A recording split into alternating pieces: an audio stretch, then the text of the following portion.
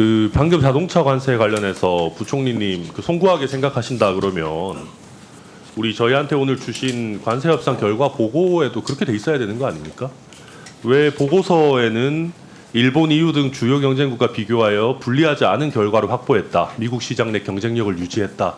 라는 식의 자화자찬 식의 설명을 써놓으시고 정작 이 자리에 오셔가지고 부총리께서는 송구하다. 이거 약간 앞뒤가 안 맞는 거 아닙니까? 저도 방금 존경하는 이인선 의원님 말씀하신 거 지적하려고 했어요. 우리 한국 자동차는 원래 관세 0%였습니다.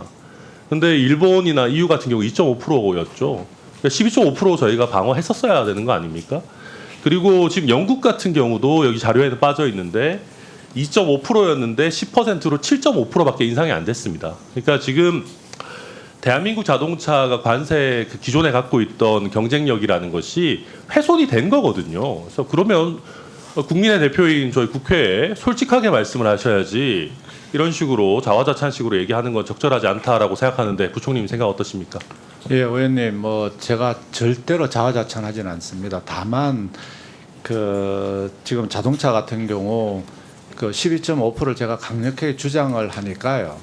그 실무자 상무장관은 그러면은 하지 마라, 25% 받아라 이렇게 얘기했을 때 참 제가 이거 어떡하지 하는 그런 또 고뇌도 있었다는 말씀을 드리겠습니다. 그렇지만은 제가 계속 트럼프 대통령 앞에서 주장을 계속 했었습니다. 그래서 당연히 네. 상대방 압박하죠. 물론 네. 뭐 부총님이 고생 안 하셨다는 건 아닙니다만은 이 결과에 대해서 제대로 저희 국회에 보고를 해주셔야지 말씀하시는 것과 보고자료 내용이 달라서는 곤란하다라는 거 다시 한번 말씀드리고요.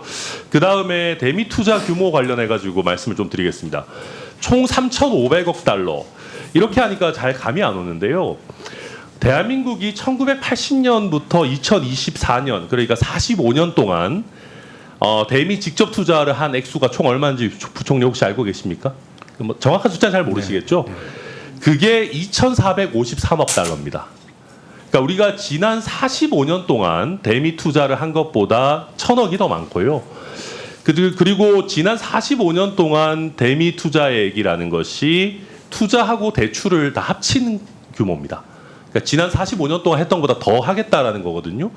그럼 이 3,500억 달러의 투자라고 하는 거를 얼마 기간 중에 해야 되는 겁니까? 이게 뭐 연간 뭐 어떤 뭐 배분이 있습니까? 아니면 뭐 트럼프 대통령 임기 중에 하는 겁니까? 이게 기간이 언제까지입니까? 지금 아직은 그런 부분에 대해서는 이제 추가적으로 협상을 더 해야 됩니다. 해야 되고요. 실질적으로 저희들이 봤을 때는 이게 구성이 세 가지로 됩니다. 네. 출자도 있고 대출도 있고 보증도 보증도 있습니다. 예, 세 가지로 구성이 돼가 있기 때문에 근데 뭐 아무리 그래도 네. 우리가 이제 어느 정도 대충 뭐 생각이 있을 거 아닙니까? 그쪽에서도 제가 예상하기에는 아무래도 뭐 트럼프 대통령 임기 중에 많은 부분 했으면 좋겠다라고 할 것 같은데 그런 대강의 타임라인도 뭐 짠 게 없습니까? 예, 저희들이 아직은 없고요. 없고 그건 저희들이 생각해 봤을 때 예를 들어 조선소를 짓는다 했을 때 부지를 찾아야 되고 설계를 해야 되고 여기다가 뭐 텃밭기를 해야 되고 뭐 걸리는 시간을 따라가지고 따졌을 자연스럽게 하겠다 뭐 때는 이런 취지인 겁니까? 예, 시간은 아마 좀 걸리지 않을까 저희들은 판단하지만은요. 이걸 뭐 또 굳이 또 대놓고 얘기하기는 또 어렵다는 말이죠. 그러면 투자, 대출, 보증 요 세 가지의 비중은 어느 정도입니까? 그 부분도 합의된 게 없습니다.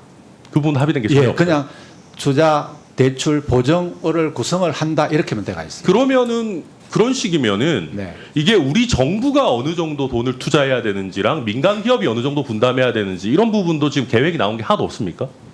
이 부분은 아마 정부 부분의 어떤 투자, 보증, 대출로 봐야 됩니다. 아 그러면 정부가 대출하거나 네.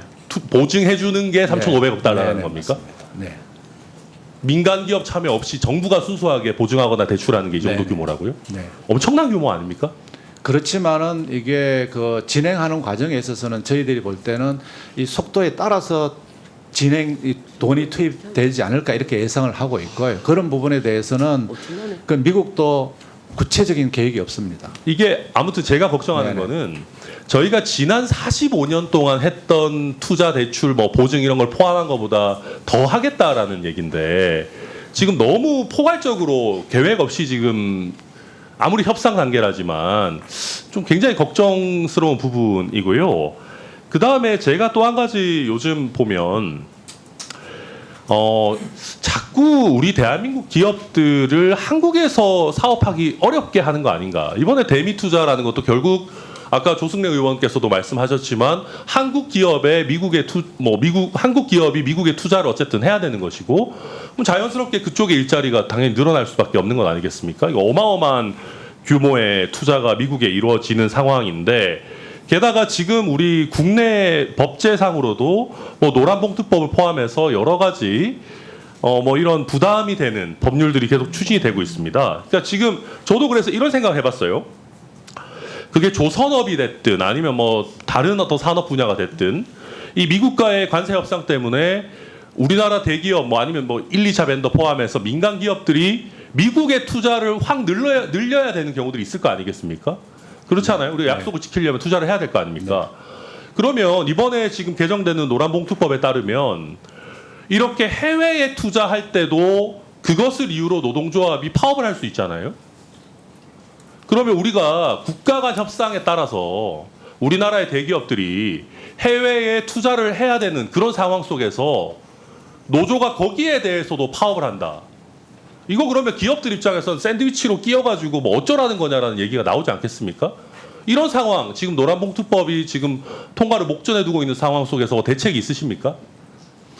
예, 뭐 저희들이 판단하기로는 우리 뭐 노조에서도 국익 관점에서 판단하지 않을까 이렇게 생각을 합니다. 아니 그건 너무 나이브한 말씀이시죠. 그게 노조 입장에서 해외로 지금 생산 라인 옮기고 뭐 투자를 그쪽에서 해서 이 자리가 그쪽에 생기면 아니 현대차든 다른 뭐 삼성전자든 뭐 라인 옮기고 하면 당연히 다 반발하잖아요. 현대차 같은 경우에는 어떤 자동차 품종을 외국에서 생산하는 것만 해도 노조랑 협의를 하게 되어 있는데 지금 내 일자리 뺏기게 생겼는데 노조에서 그러면 해외 투자 늘리는 거 파업 안 하겠습니까? 국익이니까 우리는 그냥 가만히 있겠다 그러겠습니까? 근데 의원님 만약에 이걸 안 한다면 당장 우리가 25% 맞아가지고 그러니까 제 말은 당장 손실이 발생하는 이런 거예요. 상황에서 네. 노란봉투법을 지금 추진하는 게 이 관세 협상 때문에 해외 투자가 늘어나는 현재 그러면 상황을 노란봉투법을 하지 안내하는 말아야 돼.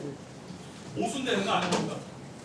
예, 뭐 노란봉투법에 대해서는 또 정부 내부에서 또 구체적인 매뉴얼도 만들고 이렇게 해서 대응하다고 저는 판단이 되고요. 답답하다. 지금 당장 의원님 말씀하신 대로 그걸 두려워해서 안 하면은 당장 우리 물건이 안 팔려서 당장 이렇게 피해가 온다는 점을 좀 관세 협상은 해야 네네, 되는데 네. 이런 상황에서 어떤 경영상 판단, 해외 투자 이런 거에 대해서 파업을 할 수 있도록 문을 지금 열어주는 게 맞냐는 거죠.